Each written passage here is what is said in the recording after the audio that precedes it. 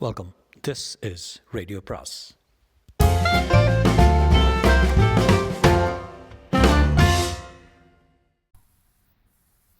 அனைவருக்கும் அன்பு வணக்கம்.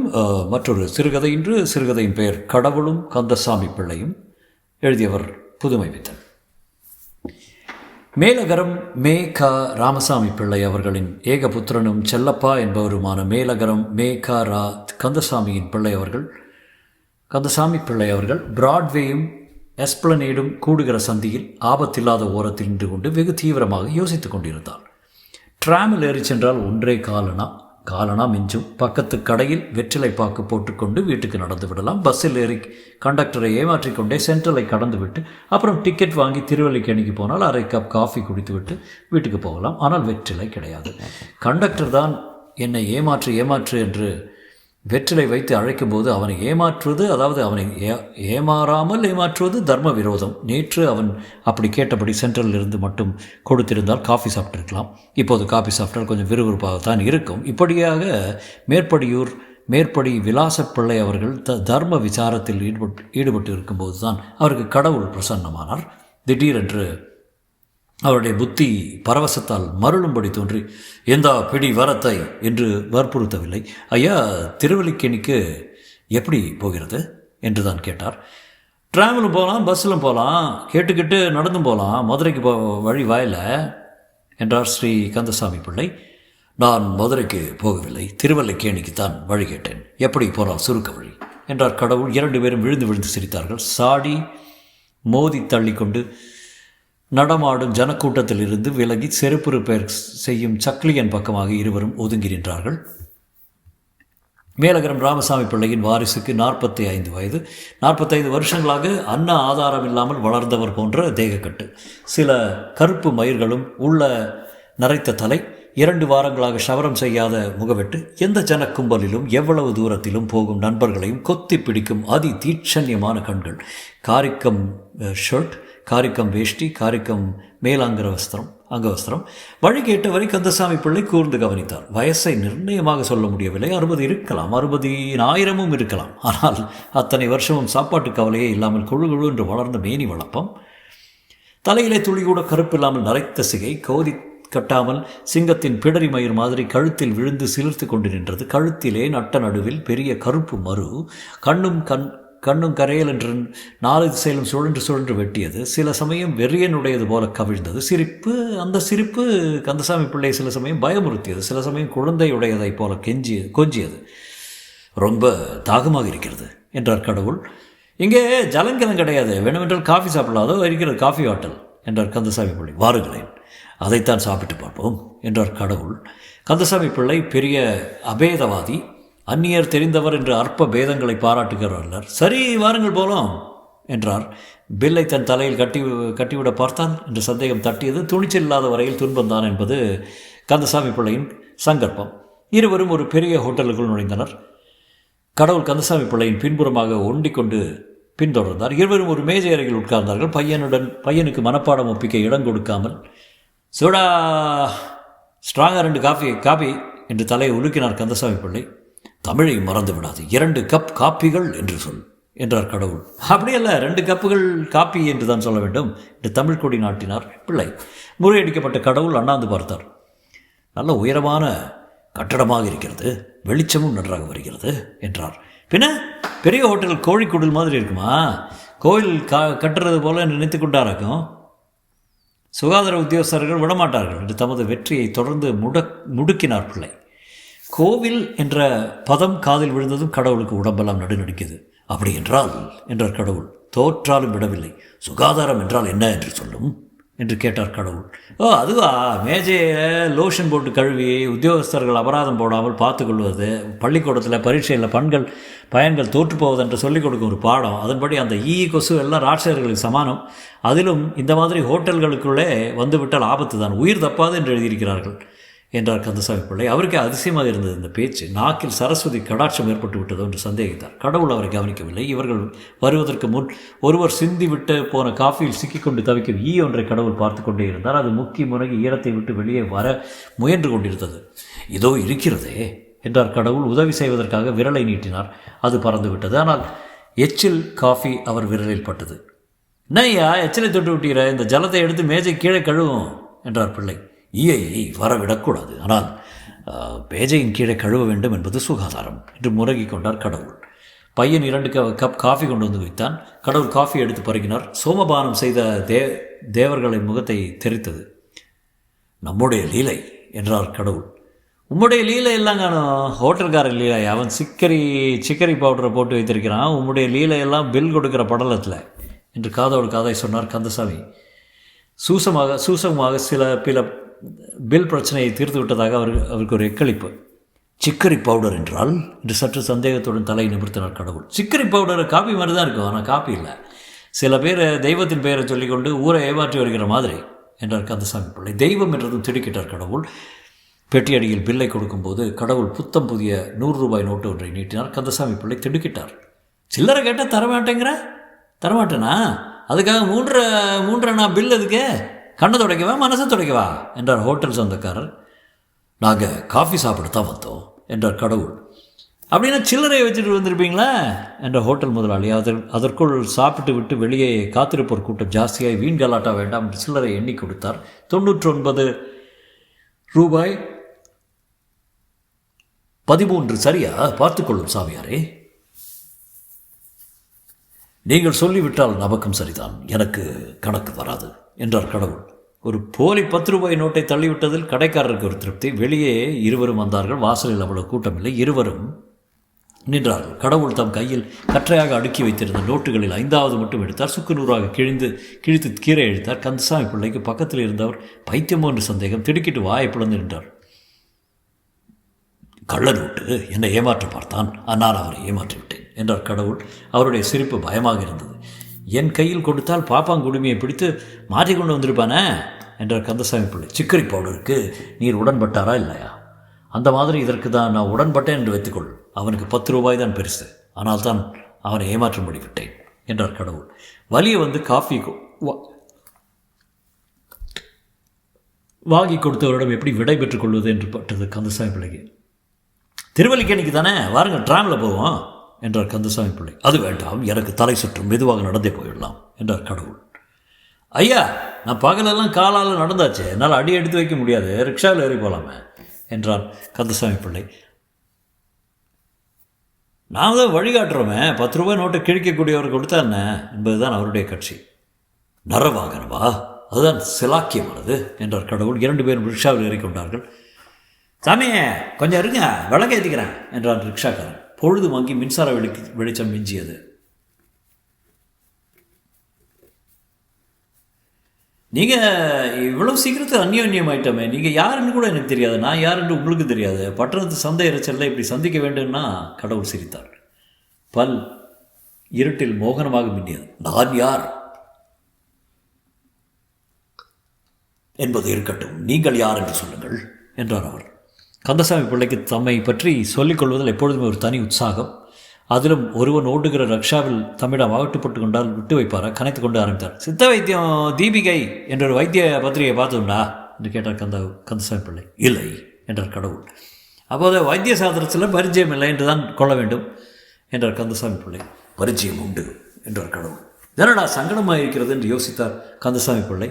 உங்களுக்கு வைத்திய சாஸ்திரத்தில் பரிச்சயம் உண்டு, ஆனால் சித்த வைத்தியத்தை தீபிகையுடன் பரிச்சயம் இல்லை என்று கொள்வோம். அப்படியாயின் உங்கள் வைத்திய சாஸ்திர ஞானம் பரிபூர்ணமாகவில்லை. நம்மிடம் 17 வருஷத்துக்கு இதழ்களும் பைண்ட் வால்யூம்களாக இருக்கின்றன. நீங்கள் அவசியம் வீட்டுக்கு ஒரு முறை வந்து அவற்றை படிக்க வேண்டும். அப்போதுதான் 17 வருஷ இதழ்களா? 17, 12, 204. கடவுள் மனசு நடுநடுங்கியது. ஒருவேளை 1/4 வருஷம் ஒரு முறை பத்திரிகையாக இருக்கலாம் என்று ஒரு அற்ப நம்பிக்கை தோன்றியது. தீபிகை மாதம் ஒரு முறை பத்திரிகை. வருஷ சந்தா உள்நாட்டுக்கு ரூபாய் என்று, வெளிநாடு என்றால் 2.25. ஜீவிய சந்தா ரூபாய் 25. நீங்கள் சாதாரணமாக சேர்ந்தால் ரொம்ப பிரயோஜனம் உண்டு. வேண்டுமானால் ஒரு வருஷம் உங்களுக்கு அனுப்புகிறேன், அப்புறம் ஜீவிய சந்தாவை பற்றி பார்க்கலாம் என்று கடவுளை சந்தாதாராக சேர்க்கவும் முயன்றார். 17 வால்யூமுகள் தவிர இன்னும் 25 ரூபாயை வாங்கி கொண்டு ஓட விரட்டலாம் என்று நினைக்கிறாரா? அதற்கு நான் இடம் கொடுக்கக்கூடாது என்று யோசித்து விட்டு, யாருடைய ஜீவியம் என்று கேட்டார் கடவுள். உங்கள் ஆயுள் தான், என் ஆயுளும் இல்லை, பத்திரிகை ஆயுளும் இல்லை, அது அழியாத வஸ்து. நான் போனாலும் வேறொருவர் சித்த வைத்திய தீபிகையை நடத்தி கொண்டு தான் இருப்பார். அதற்கும் ஏற்பாடு பண்ணியாச்சு என்றார் கந்தசாமி பிள்ளை. இந்த சமயம் பார்த்து ரிக்ஷாக்காரன் வண்டி வேகத்தை நிதானமாகி விட்டு பின்புறமாக திரும்பி பார்த்தான். வேகம் குறைந்தால் இங்கே வண்டியில் இருக்கிற ஆசாமி குதித்து போய்விடுவாரோ என்று கந்தசாமி பிள்ளைக்கு பயம். என்னடா திரும்பி பார்க்குற, மோட்டார் வருது, மோதிக்காத, வேகமாக போ என்றார் கந்தசாமி பிள்ளை. என்ன சாமி, நீங்கள் என்ன மனுஷ பறவையா இல்லை பிசாசுங்களா? வண்டியில் ஆளே இல்லாத மாதிரி காத்தோட்டமாக இருக்க என்றான் ரிக்ஷாக்காரன். வாடகையும் காத்தோட்டமாகவே தோணும்படி கொடுக்குறான், நீ வண்டியை இஸ்துக்குன்னு போ என்று அதட்டினார் கந்தசாமி பிள்ளை. தவிரவும் நான் வைத்திய தொழில் நடத்தி வர்றேன், சித்த முறை தான் அனுஷ்டானம். வைத்தியத்தில் வருவது பத்திரிகைக்கும் குடும்பத்துக்கும் கொஞ்சம் குறைய போகும். இந்த இதழில் ரசக்கட்டை பற்றி ஒரு கட்டுரை எழுதியிருக்கேன் பாருங்கள். நமக்கு ஒரு பழைய சுவடி ஒன்று கிடைத்தது, அதில் பல அபூர்வ பிரயோகம்லாம் சொல்லியிருக்கேன் ஆரம்பித்தார் கந்தசாமி பிள்ளை. எது மகன் உயர வழியாய் காணோம் என்று நினைத்தார் கடவுள். தினம் சராசரி எத்தனை பேரை வேட்டு வைப்பீர் என்று கேட்டார். பெருமையாக சொல்லிக் கொண்டுபடி அவ்வளோ ஒன்றும் இல்லை, மேலும் உங்களுக்கு நான் வைத்தியத்தை ஜீவனோபாயமாக வைத்திருக்கிறேன் என்பது ஞாபகம் இருக்க வேண்டும். வியாதியும் கூடுமான வரையில் அகன்றுவிடக்கூடாது, ஆசாமியும் தீர்ந்து விடக்கூடாது. அப்போது தான் சிகிச்சைக்கு வந்தவனிடம் வியாதியை பற்றி ஒரு வியாபாரமாக வைத்து நடத்த முடியும். ஆள் அல்லது வியாதி என்பது இன்று முரட்டுத்தனமாக சிகிச்சை பண்ணால் தொழில் நடக்காது. வியாதியும் வேகம் குறைந்து படிப்படியாக குணமாக வேண்டும். மருந்தும் வியாதிக்காக மனுஷனுக்கோ கெடுதல் தந்து விடக்கூடாது. இதுதான் வியாபாரம். இல்லாவிட்டால் இந்த 17 வருஷங்களை பத்திரிகை நடத்தியிருக்க முடியுமா என்று கேட்டார் கந்தசாமி பிள்ளை. கடவுள் விஷயம் புரிந்தவர் போல தலையாட்டினார். இப்படி உங்கள் கையை காட்டுங்க, நாடி எப்படி இருக்குன்னு பார்ப்போம் என்று கடவுள் வலது கையை பிடித்தார் கந்தசாமி பிள்ளை. ஓடுகிற வண்டியில் இருந்து கொண்டா என்று சிரித்தார் கடவுள். அது வைத்தியனுடைய திறமையை பொறுத்தது என்றார் கந்தசாமி பிள்ளை. நாடியை சில வினாடிகள் கவனமாக பார்த்தார். பித்தம் ஏறி அடிக்குது, விஷப்பிரயோகமும் பழக்கம் உண்டா என்று கொஞ்சம் வினயத்துடன் கேட்டார் பிள்ளை. நீ கெட்டிக்காரன் தான், வேறும் எத்தனையோ உண்டு என்று சிரித்தார் கடவுள். ஆமாம், நான் என்னத்தை இல்லாமல் யோசிக்கிட்டு இருக்கோம், அது இருக்கட்டும். திருவல்லிக்கேணியில் எங்கே என்றார் கந்தசாமி பிள்ளை. 7ஆம் நம்பர் வீடு, ஆஃபீஸ், வெங்கடாச்சலம் முதலி சந்து என்றார் கடவுள். அடடே, அது நம்ம விலாசமாச்சே, அங்கே யாரை பார்க்கணும்? கந்தசாமி பிள்ளைய. சரியாக போச்சு, போங்க, நான் தான். அது தெய்வம் தான் நம்ம அப்படி சேர்த்து வச்சுருக்கிறது. தாங்க யாரோ எனக்கு தெரியலையே என்றார் கந்தசாமி பிள்ளை. நானா? கடவுள் என்றார் சாவகாசமாக மெதுவாக. அவர் வானத்தை பார்த்து கொண்டு தாடியை நிரடினார். கந்தசாமி பிள்ளை திடுக்கிட்டார். கடவுளாவது வருவதாவது? பூலோகத்தை பார்க்க வந்தேன், நான் இன்னும் சில நாட்கள் உன்னுடைய அதிதி. கந்தசாமி பிள்ளை பதற்றத்துடன் பேசினார்.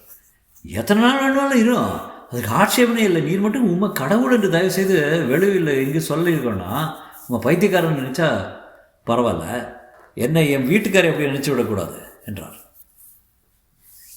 அதை வழக்கு பக்கத்தில் நிறுத்துறா என்றார் கந்தசாமி பிள்ளை. வண்டி நின்றது. இருவரும் இறங்கினார்கள். கடவுள் அந்த ரிக்ஷாக்காரனுக்கு பளபளப்பான ஒற்றை ரூபாய் நோட்டு ஒன்றை எடுத்து கொடுத்தார். நல்லா இருக்குன்னு ஜாமே என்று உள்ளங்குளிர சொன்னான் ரிக்ஷாக்காரன். கடவுளை ஆசீர்வாதம் பண்ணுவதாவது? என்னடா பெரியவரை பார்த்து நீ என்ன ஆசீர்வாதம் பண்ணுறது என்று அதட்டினார் கந்தசாமி. அப்படி சொல்லடா அப்பா, இத்தனை நாளாக காது குளிர மனசு குளிர இந்த மாதிரி ஒரு வார்த்தை கேட்டதில்லை. அவன் சொன்னால் என்ன என்றார் கடவுள். அவங்ககிட்ட இரட்டனா குறைச்சி கொடுத்துக்கு பாருங்க, அப்போ தெரியும் என்றார் கந்தசாமி பிள்ளை. ஏச்சம்மா, நான் நியாயத்துக்கு கட்டுப்பட்டுவேன், அந்நியாயத்துக்கு கட்டுப்பட்டவன் இல்லை சாமியே. நான் எப்பவும் ஆனால் அந்த லெக்கில் தான் குத்திக்கிட்டு இருப்பேன், வந்தால் பார்க்கணும் என்று ஏற்காலை உயர்த்தினார் ரிக்ஷாக்காரன். மகா நியாயத்துக்கு கட்டுப்பட்டவன் தான் தெரியும், போடா கள்ளு தண்ணிக்கு கட்டுப்பட்டவன் என்றார் கந்தசாமி.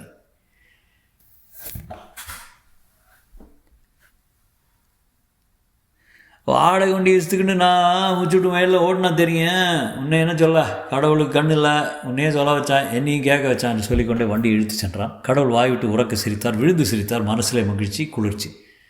இதுதான் பூலோகம் என்றார் கந்தசாமி பிள்ளை. இவ்வளவு தானா என்றார் கடவுள். இருவரும் வீட்டை நோக்கி நடந்தார்கள். வீட்டுக்கு எதிரில் உள்ள ராந்தல் கம்பத்தில் பக்கத்தில் வந்ததும் கடவுள் நின்றார். கந்தசாமி பிள்ளையும் காத்து நின்றார். பக்தா என்றார் கடவுள். எதிரில் கிழவனார் நிற்கவில்லை. புலித்தோலோடையும் சடாமுடியும் மானும் மழுவும் பிறையுமாக கடவுள் காட்சியளித்தார். கண்ணிலே மகிழ்ச்சி, வெறி துள்ளியது, உதட்டிலே புன்சிரிப்பு. பக்தா என்றார் மறுபடியும். கந்தசாமி பிள்ளைக்கு விஷயம் புரிந்துவிட்டது. ஓய் கடவுளே, இந்த பிடி வரத்தை என்கிற வித்தையெல்லாம் என்கிட்ட செல்லாது. நீ வரத்தை கொடுத்து விட்டு உம்பாட்டுக்கு போவீர். இன்னொரு தெய்வம் வரும், தலையை கொடுன்னு கேட்கும்.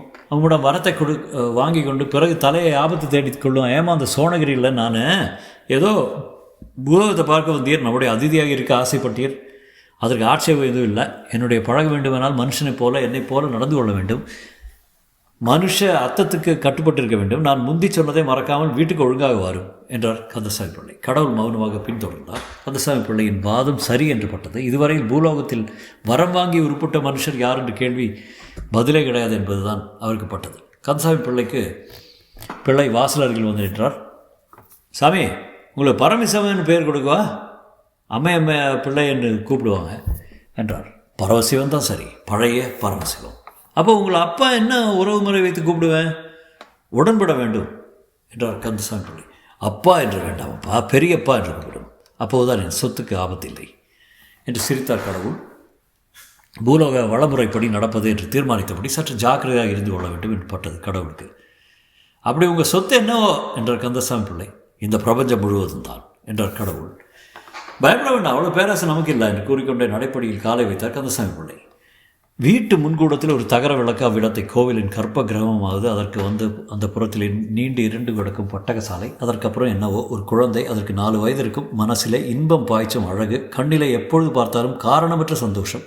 பழைய காலத்து ஆசாரப்படி உச்சியில் குறுக்காக வகிடு எடுத்து முன்னும் பின்னும் பின்னிய எலிவால் சடைவால் வளைத்து கொண்டு நின்றது. முன்புறம் சடையை கட்டிய வாழைனார் கடமையில் வழுவி தொங்கி குழந்தை குனியும் போதெல்லாம் அதன் கண்ணில் விழுந்து தொந்தரவு கொடுத்தது. குழந்தையின் கையில் ஒரு கரித்துண்டும் ஓட்டுத்துண்டும் இருந்தன.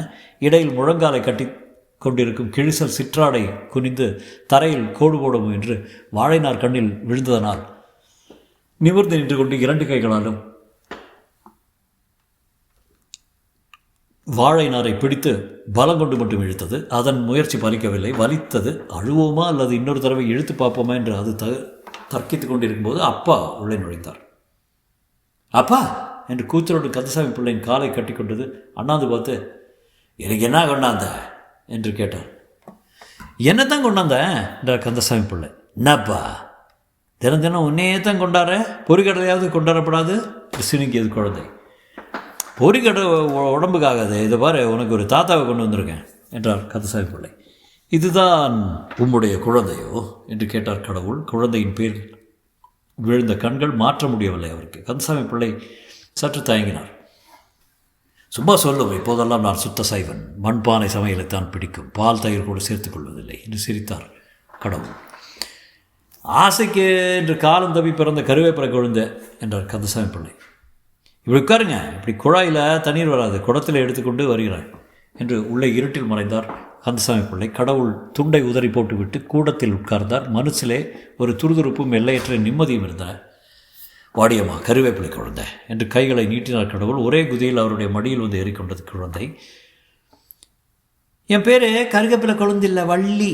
அப்பா மாத்திரம் என்னை கருப்பின்னு கூப்பிடுவா. நான் என்ன அப்படியா என்று கேட்டது.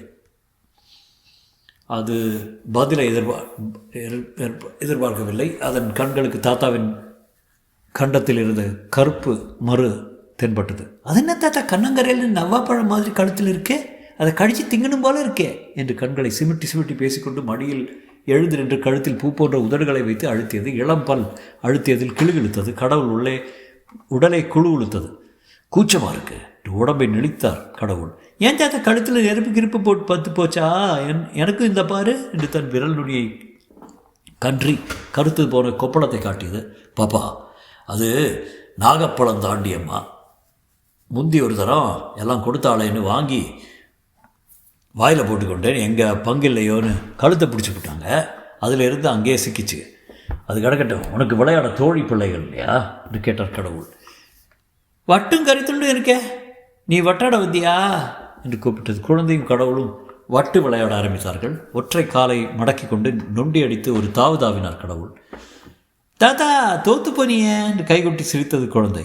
ஏன் என்று கேட்டார் கடவுள். கால் கரிக்கெட்டில் பட்டுவிட்டதாம். முந்தையே சொல்லப்படாதா? ஆட்டம் தெரியாமல் ஆட வரலாமா என்று கையை மடக்கி கொண்டு கேட்டது குழந்தை. அந்த சமயத்தில் ஸ்ரீ கந்தசாமி பிள்ளை முன்னே வர ஸ்ரீமதி பின்னே குடும்பம் இடமாக இருட்டிலிருந்து வெளிப்பட்டார்கள். இவங்க தான் கைலாசத்துக்கு பெரியப்பா. கரிசங்குளத்து பண்ண இவங்களை ஒன்று விட்ட அண்ணாச்சி மகனுக்கு தான் கொடுத்துருக்கு, தெரியாதா கந்தசாமி பிள்ளை. இரவோ தேசாந்தரியாக போயிட்டதாக சொல்லுவார்களே, அந்த மாமாவை வாரின் மாமா சேவிக்கிறேன் என்று குடத்தை இறக்கி விட்டு நமஸ்கரித்தாள். காது நிறைந்த பழங்கால பாம்படம் கன்னத்தில் இடிபட்டது. 10 பெருக்கவும் சுகமாக வாழணும் என்று ஆசீர்வதித்தார் கடவுள். காந்திமதி அம்மையாருக்கு, அதுதான் கந்தசாமி பிள்ளையின் மனைவி பேர், என்று அனுபவித்திராத உள்ள நிறைவு ஏற்பட்டது. வாசலில் இருக்கிற அரிசி மூட்டை அப்படியே போட்டு வச்சுருந்தா என்று ஞாபகம் ஊட்டினார் கடவுள். இவளுக்கு தான் மறதின்னு சொல்ல முடியாது. அரிசி வாங்கியாச்சுன்னு இப்போ தான் கேட்டேன், இல்லைன்னு சொன்னாங்க. ஊருக்கெல்லாம் மருந்து கொடுக்காக இவங்க மறதிக்கு தான் மருந்தே கிடைக்கல. படைச்ச கடவுள் தான் பக்கத்தில் நின்று பார்க்கணும் என்றாள் காந்திமதி அம்மாள். பார்த்துக்கிட்டு தான் நிற்கிறா என்றார் கடவுள் கிராமியமாக. பார்த்து சிரிக்கணும், அப்போ தான் புத்தி வரும் என்றாள் அம்மையார். கடவுள் சிரித்தார். கடவுளும் கந்தசாமி பிள்ளையும் வாசலுக்கு போனார்கள். அந்த செப்பிடு வித்தையெல்லாம் கூடாதுன்னு சொன்னேன் என்றார் பிள்ளை காதோடு காதாக. இனிமை இல்லை என்றார் கடவுள். கந்தசாமி பிள்ளை முக்கி முனகி பார்த்தார். மூட்டை அசையவே இல்லை. நல்ல இளவட்டம் என்று சிரித்து கொண்டே மூட்டையை இடுப்பில் இடுக்கி கொண்டார் கடவுள். நீங்கள் எடுக்கவாவது உங்களை தானே ஒரு பக்கமாக தாங்கி பிடிங்க, சும்மா பார்த்துக்கிட்டே நிற்கல என்று பதைத்தார் காந்திமதி அம்மாள். நீ சும்மா இருமா, எங்கே போடணும்னு சொல்லுத என்றார் கடவுள். இந்த கூடத்திலே கிடக்கிட்டு நீங்கள் இங்கே சும்மா வச்சிருக்க என்று வழிமறித்தாள் காந்திமதி அம்மாள். கந்தசாமி பிள்ளை கடவுளும் சாப்பிட்டு விட்டு வாசல் திண்ணைக்கு வரும்போது இரவு மணி 11. இனிமே என்ன யோசனை என்றார் கடவுள். தூங்கத்தான் என்று பிள்ளை கட்டாய விட்டுக்கொண்டே, தாத்தா நானும் உங்க கூட தான் படுத்துக்குவேன் என்று ஓடி வந்தது குழந்தை. நீ அம்மையை கூப்பிட்டு பாய் தலையானை எடுத்து போட சொல்லு என்றார் கந்தசாமி. என்னையும் தூங்க சொல்கிறீங்களா என்று கேட்டார் கடவுள். மனுஷா கூட பழகுனா அவங்கள போல தான் நடந்தாகணும். தூங்க இஷ்டம் இல்லைன்னா பேசாமல் படுத்து கொண்டிருங்க, ராத்திரி அருகில் அபாவாதத்துக்கு இடமாகும் என்றார் கந்தசாமி பிள்ளை. கந்தசாமி பிள்ளை பவழக்கார தெரு சித்தாந்த தீபிகை ஆஃபீஸில் தரையில் உட்கார்ந்து கொண்டு பதவுரை எழுதி கொண்டிருக்கிறார். போகர்நல்லூருக்கு விளக்கு உரை பிள்ளை அவர்கள் பத்திரிகையில் மாதம் தொடர்ச்சியாக பிரசுரமாகி வருகிறது. ஆச்சப்பா, இன்னும் ஒன்று கேளு. அப்பரே வயமான செங்கரும்பு, அப்பரே காய்ச்சிய வெந்நீருடன் கருடப்பிச்சு, கல்லுருவி புல்லுருவி நல்லுவாமத்தை கருடப்பச்சை என்று பாடும் என்று எழுதிவிட்டு வாசல் வழியாக போகும் தபார்காரன் உள்ளே நுழையாமல் நேராக போவதை பார்த்துவிட்டு, இன்றைக்கும் பத்திரிகை போதாது என்று முனகியபடி எழுதிய சுருட்டி மூலையில் வைத்துவிட்டு விரல்களை எடுத்து சொடுக்கு முறுத்தி கொண்டான். வாசல் ரிக்ஷா வந்து நின்றது. கடவுளும் குழந்தையும் இறங்கினார்கள். வழியின் இடுப்பில் பட்டு சிற்றாடை, கை நிறைய மிட்டாய் போட்டலாம். தாத்தாவும் நானும் உசுர் காலேஜுக்கெல்லாம் போய் பார்த்தோம் என்று துள்ளியது குழந்தை. எதற்காக போய் ஒரு கட்டடத்தை கட்டி எலும்பையும் தோலையும் பொதிந்து வைத்திருக்கிறது, என்னை கேலி செய்ய வேண்டும் நினைப்பா என்று கேட்டார் கடவுள். குரல் கடுகடுப்பு தொனித்தது. அவ்வளோ ஞானத்தோடு இங்கே யார் செய்து விடுவாங்க? சிருஷ்டியில் அபூர்வத்தை காட்டுவதை நினைத்து கொண்டு தான் அதெல்லாம் அப்படி வைத்திருக்கிறார்கள். அது கிடக்கட்டும், நீங்கள் இப்படி ஒரு 25 ரூபாய் கொடுங்க, உங்களுடைய ஜீவிய சந்தாதாரராக சேர்த்து விடுறேன். இன்று பத்திரிகை போய் ஆகணும் என்று கையை நீட்டினார் பிள்ளை. இது யாரை ஏமாற்ற, யார் நன்மைக்கு என்று சிரித்தார் கடவுள். தானம் வாங்கவும் பிரியம் இல்லை, கடன் வாங்க யோசனையும் இல்லை, அதனால தான் வியாபாரத்தனமாக இருக்கட்டும்ங்கிறேன். நன்மையை பற்றி பிரமாதமாக பேசிவிட்டார்களே. இந்த பூலோகத்தில் நெய் முதல் நல்லெண்ணெய் வரை எல்லாம் கலப்படம் தான். இது உங்களுக்கு தெரியாதா என்று ஒரு போட்டார் கந்தசாமி பிள்ளை. கடவுள் யோசனையில் ஆழ்ந்தான். அது இருக்கட்டும், போகிறியில் சொல்லியிருக்கிறீர கருடப்பச்சை, அப்புறம் ஒரு மூலிகை உண்டா அல்லது கருடப்பச்சு தானா என்று கேட்டார் கந்தசாமி பிள்ளை. பிறப்பித்த பொறுப்பு தான் எனக்கு, பெயரிட்ட பழியையும் என் மேலே போடுகிறீரே, இது நியாயமா? நான் என்னத்தை கண்டேன், உண்மை உண்டாக்கினேன், உங்களுக்கு கந்தசாமி பிள்ளை என்று உங்கள் அப்பா பெயரிட்டார், அதற்கு நான் தான் பழியா என்று பாயை மடக்கினார் கடவுள். நீங்கள் 2 பேரும் வெயிலில் அலைஞ்சு விட்டு வந்து கோபத்தை கிளப்புறது போல இருக்குது, அதுக்கு என்னை மிரட்டி மடக்கி விட்டதாக நினச்சிக்கொள்ள வேண்டாம். அவசரத்தை திருதுப்பின்னு சாபம் கொடுத்தீங்கன்னாலும் 25 ரூபாய் வீணாக கஷ்டமாக போகுமே என்பது தான் என் கவலை என்றார் கந்தசாமி பிள்ளை. பொட்டலத்தை அவிழ்த்து தின்று கொண்டிருந்த குழந்தை, ஏன் தாத்தா அப்பா கிட்ட பேசுத, அவங்களுக்கு ஒன்றுமே தெரியாது, இதை தின்னு பாரு, இனிச்சு கிடக்க என்று கடவுளை அழைத்தது. குழந்தை கொடுக்கும் லட்டு துண்டுகளை சாப்பிட்டு கொண்டே, பாப்பா உதிர்ந்தது எனக்கு, முழசு உனக்கு என்றார் கடவுள். குழந்தை ஒரு லட்டை எடுத்து சற்று நேரம் கையில் வைத்து கொண்டே யோசித்தது. தாத்தா, முழு வயசுக்குள்ளே கொள்ளாத, உதுத்தா உனக்குன்னு சொல்லுதியே, அப்போ எனக்கு இல்லையா என்று கேட்டது குழந்தை. கடவுள் விழுந்து விழுந்து சிரித்தார். அவ்வளவு உனக்கே உனக்கே தான் என்றார். அவ்வளவும் எனக்கா என்று கேட்டது குழந்தை. ஆமாம், உனக்கே உனக்கு என்றார் கடவுள். அப்புறம் பசிக்காதே, சாப்பிடாட்டா அம்மா அடிப்பாங்களே, அப்பா லேவியம் கொடுப்பாங்களே என்று கவலைப்பட்டது குழந்தை. பசிக்கும், பயப்படாதே என்றார் கடவுள். தாங்க வாங்கி கொடுத்தாலும் அது ஹோட்டல் பட்சம் ஞாபகம் இருக்கட்டும் என்றார் கந்தசாமி பிள்ளை. நான் தான் இருக்கிறேனே என்றார் கடவுள். நீங்கள் இல்லைன்னு யார் எப்பொழுது சொன்னேன் என்றார் கந்தசாமி பிள்ளை சில வினாடிகள் பொறுத்து. இன்றைய செலவு போக அந்த 100 ரூபாயில் எவ்வளோ மிச்சமாகும் என்றார் கந்தசாமி பிள்ளை. உமக்கு ரூபாய் 25 போக கையில் 50 இருக்கிறது என்று சிரித்தார் கடவுள். அதுக்கு பிறகு என்ன யோசனை? அதான் எனக்கும் புரியல. என்னை போல வைத்தியம் செய்யலாமே. உம்முடன் போட்டி போட நமக்கு கஷ்டமில்லை. அப்படி நிறுத்திக்கொள்ள வேண்டாம். என்னோட போட்டி போடலை, லோகத்துக்கு முட்டாள்தனத்தோட போட்டி போடுகிறீர்கள். பிரியமில்லை என்றால் சித்தாந்த உபன்யாசங்கள் செய்யலாமே. நீ எனக்கு பிழைக்கிறதுக்காக வழி சொல்கிறீர், அதில் துட்டு வருமா என்று சிரித்தார் கடவுள். அப்போ எனக்கு தான் கூத்து ஆட நன்றாக வருமே. என்ன சொல்லுகிறேன்? தேவியை வேண்டுமானால் தருவிக்கிறேன். கந்தசாமி பிள்ளை சிறிது யோசித்தார். எனக்கு என்னமோ பிரியமில்லை என்றார். பிறகு பிழைக்கிற வழி என்னங்கானும் பிரபஞ்சமே எங்கள் ஆட்டத்தை வைத்து தான் பிழைக்கிறது. உங்கள் இஷ்டம் என்றார் கந்தசாமி பிள்ளை. கந்தசாமி பிள்ளை மறுபடியும் சிறிது நேரம் யோசித்தார். வாருங்கள் போகலாம் என்று ஆணையில் கிடந்த மேல்வேட்டியை எடுத்து உதறி போட்டுக்கொண்டார். குழந்தை என்றார் கடவுள். அதுதான் உறங்குகிறதே, வருகிற வரையில் உறங்கட்டும் என்றார் பிள்ளை. கால் மணி போது கழித்து 3 பேர் திவான் பகதூர் பிரகதீஸ்வர சாஸ்திரிகள் பங்களாவுக்குள் நுழைந்தனர். ஒருவர் கந்தசாமி பிள்ளை, மற்றொருவர் கடவுள், 3வது பெண் தேவி. நான் இவருக்கு தங்க வஸ்பம் செய்து கொடுத்து வருகிறேன், நான் சொன்னால் கேட்பார்கள் விளக்கிக் கொண்டு முன் வராந்த படிக்கட்டுகள் ஏறினார் பிள்ளை. இருவரும் பின்தொடர்ந்தனர். தேவியின் கையில் ஒரு சிறு மூட்டை இருந்தது. சாமி இருக்காங்களா? நான் வந்திருக்கேன் சொல்லு என்று அதிகாரத்தோடு வேலைக்காரனிடம் சொன்னார் கந்தசாமி பிள்ளை. பிள்ளையர்களா வரவேணும். பஸ்பன் நேத்தோடு தீர்ந்து போச்சே, உங்களை காணவில்லைன்னு கவலைப்பட்டேன் என்று கலகலத்து பேச்சுடன் வெம்பிய சரீரம், மல்வேஷ்டியும் தங்க விளிம்பும் கண்ணாடியும் திவான் பகதூர் ஓடி வந்து எல்லாரையும் கும்பிட்டு சாய்வு நாற்காலில் உட்கார்ந்து கொண்டது. உட்காருங்க என்றார் திவான் பகதூர். கந்தசாமி பிள்ளை அவரது நாடியை பிடித்து கொண்டே, பரவாயில்லை, சாயங்காலம் பஸ்மத்தை அனுப்பி வைக்கிறேன். நான் வந்து இவாளை உங்களுக்கு பரிச்சயம் பண்ண வைக்கணும். இவாள் 2 பேரும் நாட்டிய சாஸ்திரம் சாகரம். உங்கள் திருத்திய கலாமண்டலியில் வசதி பண்ணால் சௌகரியமாக இருக்கும் என்றார் கந்தசாமி பிள்ளை. திவான் பகதூரின் உற்சாகம் எல்லாம் ஆமையின் காலும் தலையும் போல உள்வாங்கின. கைகளை குவித்து ஆள்காட்டி விரல்களையும் கட்டை விரல்களையும் முறையே மூக்கிலும் மோவாயிலும் கட்டையிலும் வைத்துக்கொண்டு என்று தலையை அசைத்து கொடுத்து கொண்டிருந்தார். இவர் பேர் கூத்தனார், இந்த அம்மாளின் பேர் பார்வதி, இருவரும் தம்பதிகள் என்று உறவை சற்று விளக்கினார் கந்தசாமி பிள்ளை. நான் கேள்விப்பட்டதே இல்லை. இதற்கு முன் நீங்கள் எங்கேயாவது ஆடியிருக்கிறீர்களா என்று தேவியை பார்த்து கொண்டு கூத்தனாரிடம் திவான் பகதூர் கேட்டார். கடவுளுக்கு வாய் திறக்க சந்தர்ப்பம் கொடுக்காமல், நாங்கள் ஆடாத இடமே இல்லை என்றாள் தேவி. என்னவோ என் கண்ணுக்கு படலை.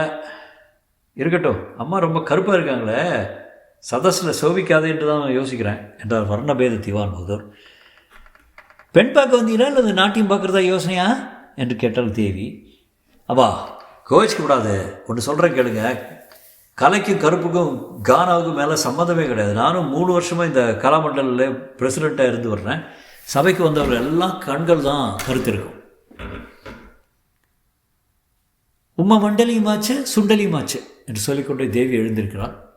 அப்படி கோவிச்சுக்கப்படாத என்று ஏக காலத்தில் திவான் பகதூரும் கந்தசாமி பிள்ளையும் எழுந்திருந்தார்கள். இவர்கள் புது புது பாணியில் நாட்டியம் ஆடிவாங்க. அந்த மாதிரி இந்த பக்கத்தில் பார்த்துருக்க முடியாது. சாஸ்திரம் அவர்களோட பிச்சை வாங்கணும். ஒரு முறையாக சற்று பாருங்களேன் என்று மீண்டும் சிபார்சு செய்தார் கந்தசாமி பிள்ளை. சரி, பார்க்குறது என்ன ஆட்சேபம்? என்ன சொல்லிக்கிட்டு சாய்வு நாக்கள்ளி சாயணும். சரி நடக்கட்டும் என்று சொல்லிக்கொண்டு இமைகளை மூடினார். எங்கே இடம் விசாலமாக இருக்கும் என்று தேவி எழுந்து நின்று சுற்றுமுற்றும் பார்த்தாள். அந்த நடு ஹாலுக்குள்ளே போகலாமே என்றார் கடவுள். சரி என்று உள்ளே போய் கதவை சாத்தி கொண்டார்கள். சில வினாடிக்கெல்லாம் உள்ளிருந்து கணீர் என்று கம்பீரமான குரலில் இசை எழுந்தது. மயான ருத்ரனாம் இவன், மயான ருத்ரனாம். கதவுகள் திறந்தன.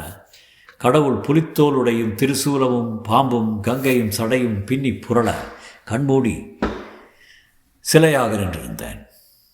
மறுபடியும் இசை மின்னலை சிக்கல் எடுத்து உதறியது போல ஒரு வெட்டி திரும்புகையில் கடவுள் கையில் சூலம் மின்னி குதித்தது. கண்களில் வெறியும் உதட்டில் சிரிப்பும் புரண்டோட காலை தூக்கினார். கந்தசாமி பிள்ளைக்கு நெஞ்சில் உதைப்பு எடுத்துக்கொண்டது. கடவுள் கொடுத்த வாக்கை மறந்து விட்டார் நினைத்து பதற எழுந்தார். ஓய் கூத்தனார, உன் கூத்த கொஞ்சம் நிறுத்தும். சட் வெறும் கூத்தா தெருக்கூத்தா இருக்கு. என்னங்கானோ போர்னியா காட்டு மராண்டி மாதிரி வேஷம் போட்டுக்கிண்டு அதட்டினார் திவான் பகதூர். ஆடிய பாதத்தை அப்படியே நிறுத்தி சூலத்தில் சாய்ந்தபடி பார்த்து கொண்டே நின்றார் கடவுள். ஓய் காலனா, கலைன்னா என்னன்னு தெரியுமாக்கும்? புலித்தோலை தான் கட்டி கொண்டீரு. பாம்புன்னா பாம்பையை பிடிச்சிட்டு வருவேன். பாம்பு மாதிரி ஆபரணம் போட்டுக்கொள்ள வேணும். புலித்தோல் மாதிரி பட்டு கட்டிக்கொள்ள வேணும். கலைக்கு முதல் அம்சம் கண்ணுக்கு அழகாகணும். வாஸ்தவமாக பார்த்தா பரமேஸ்வராலே இப்படி ஆடினாலும் இது நாட்டிய சாஸ்திரத்துக்கு ஒருத்து வராது. அதில் இப்படி சொல்லவே அதில் இப்படி சொல்லலை. முதல்ல அந்த பாம்புகளையெல்லாம் பத்திரமாக பிடிச்சி கூடையில் போட்டு வச்சுவிட்டு வேஷத்தை கலையும். இது சிறுசுகள் நடமாடுற இடம், ஜாக்கிரதை என்றார் திவான் பகதூர். ஸ்ரீ கந்தசாமி பிள்ளையும் அவர் லேசில் பட்டுப்படவில்லை. கந்தசாமி பிள்ளைவாள், நீர் ஏதோ மருந்து கொடுத்து கொண்டிருக்கீர் என்பதற்காக இந்த கூத்து பார்க்க முடியாது, கச்சேரியும் வைக்க முடியாது. அப்புறம் 4 பேரோட தெருவில் நான் நடமாட வேண்டாம்.